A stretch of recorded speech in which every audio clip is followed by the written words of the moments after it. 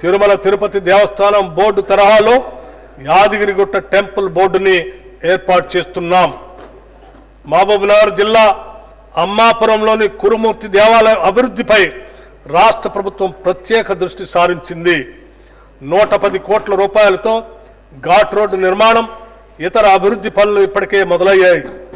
రాష్ట్రంలోని ప్రసిద్ధ పుణ్యక్షేత్రమైన బాసర శ్రీ జ్ఞాన సరస్వతి అమ్మవారి ఆలయం ఆధ్వర్యంలో గోదావరి నది హారతి కార్యక్రమాన్ని ప్రారంభించాం. దక్షిణ కాశీగా గుర్తింపు పొందిన వేములవాడ అభివృద్ధికి ఇప్పటికే 100 కోట్ల రూపాయలు మంజూరు చేశాం. దానికి సంబంధించిన పనులు త్వరితగతిన పూర్తి చేస్తాం. దేవాదాయ శాఖకు ఈ బడ్జెట్లో 190 కోట్ల రూపాయలు ప్రతిపాదిస్తున్నాం. న్యాయం మరియు చట్ట వ్యవస్థ పరిరక్షణ అనేది రాష్ట్రంలో అభివృద్ధి మరియు సంక్షేమ కార్యక్రమాల అమలుకు అత్యంత ఆవశ్యకం. ప్రభుత్వం ప్రధానంగా టెక్నాలజీ ఆధారిత పోలీసింగ్పై దృష్టి పెట్టి పౌరులకు పారదర్శకంగా మరియు స్నేహపూర్వకంగా వేగవంతమైన మరియు సమర్థవంతమైన సేవలు అందించేందుకు అవసరమైన మౌలిక సదుపాయాల్ని అభివృద్ధి చేస్తుంది.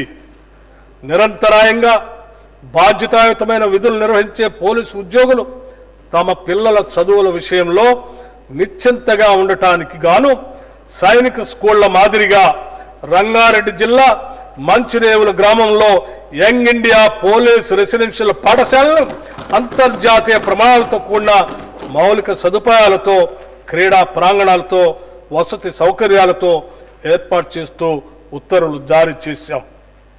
ఈ పాఠశాలలో పోలీసు పిల్లలతో పాటు పోలీస్ అమరవీరులు, అగ్నిమాపక, ఎక్సైజ్, స్పెషల్ ప్రొటెక్షన్, జైలు విభాగాల్లో పనిచేసే వారి పిల్లలకు కూడా ప్రవేశం కల్పిస్తాం.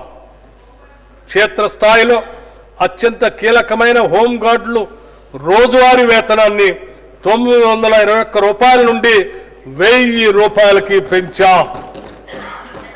సహజ మరణం లేదా విధి నిర్వహణలో ప్రమాదవశాత్తు మృతి చెందిన హోంగార్డుల కుటుంబాలకి 5 లక్షల రూపాయల ఎక్స్గ్రేషియా అందజేస్తున్నాం.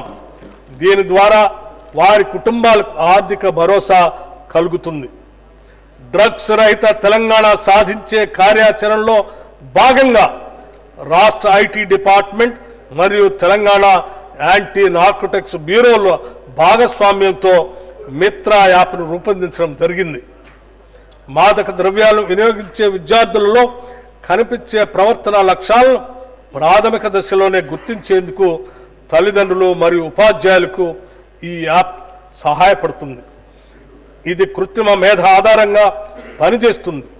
ప్రస్తుతం హైదరాబాద్ పరిసరాల్లో ఉన్న 1000 పాఠశాలలకు దీని ద్వారా సేవలు అందుతున్నాయి. త్వరలోనే దీన్ని రాష్ట్ర వ్యాప్తంగా విస్తరింపజేస్తాం. మాదక ద్రవ్యాల నియంత్రణ విషయంలో మా ప్రభుత్వం అత్యంత కఠినంగా వ్యవహరిస్తుంది.